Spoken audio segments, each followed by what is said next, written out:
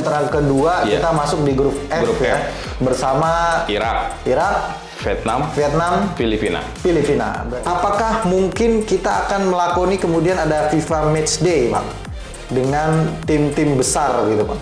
Untuk menghadapi grup F ini, Bang. Sebelum kita melakoni fase grup ini gitu ya, kita bisa ketemu lagi dengan tim-tim dalam tanda petik tim-tim besar, entah Portugal, entah Brazil ya, atau Maroko. Pak Erick Thohir sudah menghubungi 3 negara yang tadi Abang maksud, dan katanya responnya oke lah gitu ya. Mungkin nggak Portugal, Brazil, atau salah satunya Maroko untuk melakoni FIFA Matchday dengan timnas?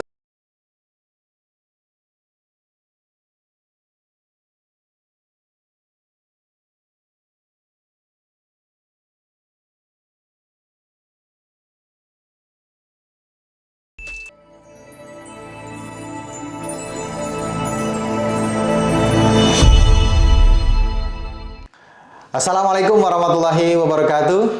Kembali lagi di YouTube channel Love Football by Halo Pengacara. Apa kabarnya sahabat Halo Pengacara? Semoga dalam keadaan sehat walafiat ya. Dan pada kesempatan kali ini kembali Halo Pengacara dan Love Football akan mengulas sepak bola Timnas Indonesia. Dan kali ini kembali saya ditemani oleh Bung Acun, Bung Nasrullah Nasution. Kita akan mengulas terkait pasca pertandingan pra kualifikasi ya, putaran pertama kualifikasi Piala Dunia 2026 antara Indonesia dengan Brunei. Total skornya 12-0. 6-0 waktu kita home, 6-0 waktu kita away gitu ya, Bang. Nah, ini putaran pertama, Bang. Berarti nanti akan ada putaran kedua, Bang. Itu sudah menunggu beberapa tim ya, Bang? Betul, sudah menunggu beberapa tim. Ini harapan besar dari bangsa Indonesia nih, kayaknya kita bisa lolos kalau kita lawannya seperti Brunei semua ya. Insya Allah mudah-mudahan kita bisa lolos ke Piala Dunia. Ya, jadi Bang, ini kan putaran pertama, kemudian nanti ada putaran kedua, kita masuk di grup F ya. Bersama Irak, Vietnam, Filipina. Berarti ada 4 dengan Indonesia. 4 dengan Indonesia. Nah, informasinya di Piala Dunia 2026 ini kan akan digelar di Meksiko, Amerika Serikat, dan Kanada. Ya kan? Dan itu jumlah pesertanya pun bertambah, Bang, kuotanya. Tidak hanya haji nih. Kuota Piala Dunia juga bertambah nih, Bang ya. Ini mungkin kan kaitannya dengan semakin semaraknya mungkin kan Piala Dunia. Ini ekonomi juga nih sebenarnya. Dari 32 menjadi 48. Ada penambahan 16 tim dari semua konfederasi. AFC, Acun Fans Club. Ya, Federasi Sepak Bola Asia ya. Kan sebelumnya kita Piala Dunia Qatar 2022 itu dapat slotnya 6. Sekarang menjadi 8,5. 8,5 itu maksudnya 8 lolos secara otomatis. Dan 1 yang akan menjalani kualifikasi ya. Kualifikasi konfederasi gitu kan. Jadi 9 kalau masuk gitu ya. Nah, yang jadi pertanyaan nih, Bang. Kan nanti setelah kita masuk di grup ini, di grup F ini ya, Bang. Kan Indonesia berarti akan melakoni laga itu sekitar dari bulan November kalau tidak salah sampai dengan Juni 2024. Gitu kan. Rentan waktunya cukup panjang, Bang. Nah, masih ada sisa waktu di tahun ini di November dan Desember, Bang. Nah, apakah mungkin kita akan melakoni kemudian ada FIFA Match Day, Bang, dengan tim-tim besar gitu, Bang, untuk menghadapi grup F ini, Bang? Ya, sebenarnya sih kita berharap kita bisa mendapatkan FIFA Matchday lagi ya, seperti kemarin kita lawan Argentina. Itu cukup menarik ya. Terus bisa ke depan sebelum kita melakoni fase grup ini gitu ya, kita bisa ketemu lagi dengan tim-tim dalam tanda petik tim-tim besar lah ya, tim-tim besar dalam yang punya ranking lah ya. Yang punya ranking lah ya. Itu entah Portugal, entah Brazil ya, atau Maroko. Bang, ini yang menarik nih. Kita dengar beritanya Pak Erick Thohir sudah menghubungi 3 negara yang tadi Abang maksud. Federasi sepak bolanya. Dan katanya ini tiga tim ya, bukan 3 pasangan ya. 3 tim. Sudah menghubungi Brazil.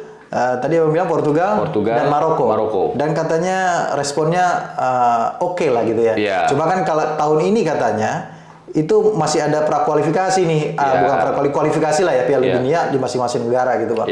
Mungkin nggak Portugal, Brazil atau salah satunya Maroko untuk melakoni FIFA Matchday dengan timnas Indonesia, Bang? Iya, sebenarnya agak sulit ya. Tapi kalau dibilang mungkin saja. Cuman pemain yang dibawa mungkin kualitasnya, atau bukan kualitas, maksudnya tidak lapis kedua. Bisa jadi lapis kedua gitu. Jadi kayak kemarin misalkan Messi tidak hadir, tapi tidak mempengaruhi karena itu juga tim inti gitu kan gitu. Tapi kita jangan sampai nanti ketika lawan dengan Portugal, lawan dengan Brazil ataupun dengan Maroko, tim lapis kedua yang diturunkan. Jadi kita tidak bisa menguji secara. Tapi kalau untuk tahun ini sepertinya tidak ya, tidak memungkinkan untuk tim-tim besar lah ya. Iya. Karena Argentina kan udah di tahun ini kan, di tahun 2023. Kemungkinan di awal tahun 2024 sampai dengan selesainya kualifikasi grup F masih dimungkinkan dong ya. Masih dimungkinkan. Untuk bertanding melawan Portugal. Masih dimungkinkan.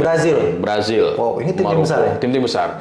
Tapi yang cukup menarik juga kalau kita bicara besar bukan hanya karena memang mereka punya prestasi dan punya kualitas yang oke ya. Kita juga bisa menyasar juga ke tim-tim yang mungkin bisa jadi itu masuk middle gitu ya. Kayak kemarin Thailand lawan Georgia. Kalau tidak salah, itu Thailand kalah 8-0. Kan itu cukup mencengangkan juga gitu ya. Padahal kan dia macannya Asia Tenggara lah bahasanya gitu ya. Itu juga kalah kan Vietnam juga kalah lawan Cina yang mukul ini. Oh iya. Kan kena hukuman akhirnya. Kalah juga kan. Kalah juga dikasih kartu.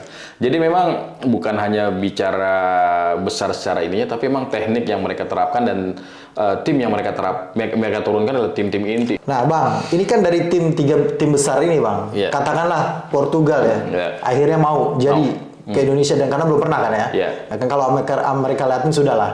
Argentina diwakilkan ya. Sudah mewakili lah. Eropa belum nih? Eropa belum. Portugal. Ini dampaknya seperti apa nih, Bang? Apakah akan besar seperti pertandingan seperti Argentina, Bang? Oh ya, sangat besar karena kan kedua negara ini baik Argentina dan Portugal punya magnet tersendiri.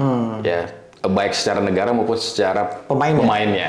Kalau di Argentina ada Lionel Messi, kalau di Portugal ada Ronaldo. Nah, Ronaldo juga punya fans yang cukup banyak juga di Indonesia ya, khususnya karena apalagi pernah terlibat dalam pembantuan tsunami Aceh waktu itu kan, sehingga punya anak angkat di sini, anak angkat di Indonesia ini. Jadi saya rasa ketika Portugal benar dan bisa hadir untuk bermain dengan timnas Indonesia, ini cukup menarik. Dan kita harus bisa mengoptimalkan, menguji kemampuan, strategi untuk mempersiapkan dalam fase grup nanti. Iya, betul ya. Karena ini kan cukup panjang nih grup F ini sampai Juni 2024. Jadi masih banyak waktu untuk persiapan. Salah satunya FIFA Matchday itu ya. Dan mudah-mudahan bisa nih terlaksana di awal tahun 2024 ya. Nah, insya Allah. Apalagi itu menjelang pemilu kan. Menjelang pemilu ya. Bisa bentrok dong ya. Ya sebelum pemilu lah ya. Januari mungkin ya. Di Januari lah untuk menghangatkan. Artinya bisa jadi momentum lah untuk kebangkitan sepak bola Indonesia. Iya, kebangkitan sepak bola Indonesia dan persatuan rakyat Indonesia. Iya, gitu Bang. Dan kalau Brazil gimana, Bang? Kalau Brazil sih saya rasa menarik juga kalau Brazil. Karena bintangnya dua-duanya baik Portugal ataupun Brazil sedang ada di Liga Arab semua. Liga Arab semua ya. Si Neymar ya. Neymar juga lagi di Liga Arab. Jadi memang sekarang kiblatnya sekarang jangan-jangan berubah nih, bukan Eropa lagi nih. Sekarang ke Asia. Gitu ya. Jadi kalau emang berubah kiblat berarti Asia nih harus menjadi salah satu kandidat kuat nanti untuk Piala Dunia dong. Karena hampir sebagian besar juga animo masyarakat juga sudah mulai melirik gitu ya. Nah, ini Bang, peluang Indonesia ya di Piala Dunia 2026 ini makin terbuka ya, istilahnya makin terbuka karena selain slot itu bertambah menjadi 8,5 gitu ya, artinya ada kemungkinan tim dari Asia Tenggara itu bisa masuk gitu. Betul. Pak Erik bilang mudah-mudahan dari ASEAN ini ada yang masuk dan Indonesia yang harus masuk gitu ya. Indonesia. Nah, melihat grup Bang, ada Filipina, ada Vietnam, ada Irak, dan katanya dari setiap grup itu ada dua teratas tuh akan masuk Bang. Iya. Masuk untuk memperebutkan tiket itu tiket Bang. yang 8 tadi itu, 8,5 tadi itu ya. Iya Bang. Peluangnya gimana Indonesia? Kalau lihat ya kita mungkin kalau bicara bola itu bundar. Kalau kotak dadu. Terus kalau kita bicara sepak bola tentunya kita juga bicara teknik dan strategi di lapangan.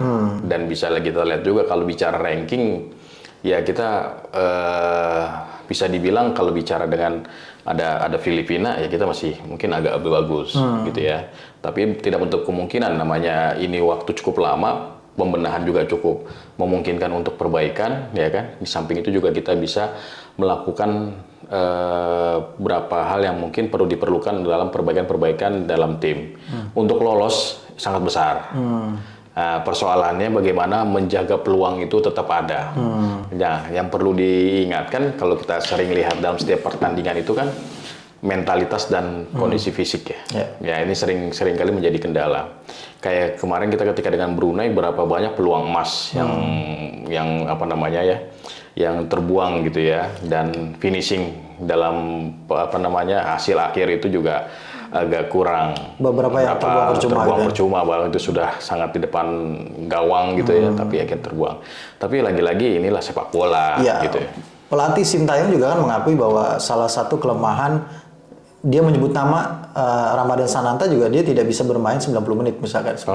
Makanya sedang jadi PR besar adalah masalah kekuatan gitu ya, stamina dari pemain Indonesia untuk bisa main 90 menit gitu ya. Baik, Bang Nasul, kita doakan timnas Indonesia bisa bertanding melawan apa? Portugal atau ya Brazil atau Maroko gitu ya. Dalam waktu dekat ya, kalau bisa di awal tahun tuh ada Maroko, ada backnya yang kita kenal siapa? Hakimi. Iya, Hakimi. Iya. Kalau di Hakimi di sini bahaya. Baik, Bang Nasul, makasih atas waktunya, atas ulasannya. Terima kasih juga sahabat Halo Pengacara yang sudah menyaksikan video ini sampai dengan selesai. Jangan lupa dukung terus Halo Pengacara, Love Football dan Timnas Indonesia. Subscribe YouTube channel Halo Pengacara dan nyalakan loncengnya supaya terus mendapatkan notifikasi video-video terbaru dari Halo Pengacara. Terima kasih. Salam Timnas Indonesia. Assalamualaikum warahmatullahi wabarakatuh.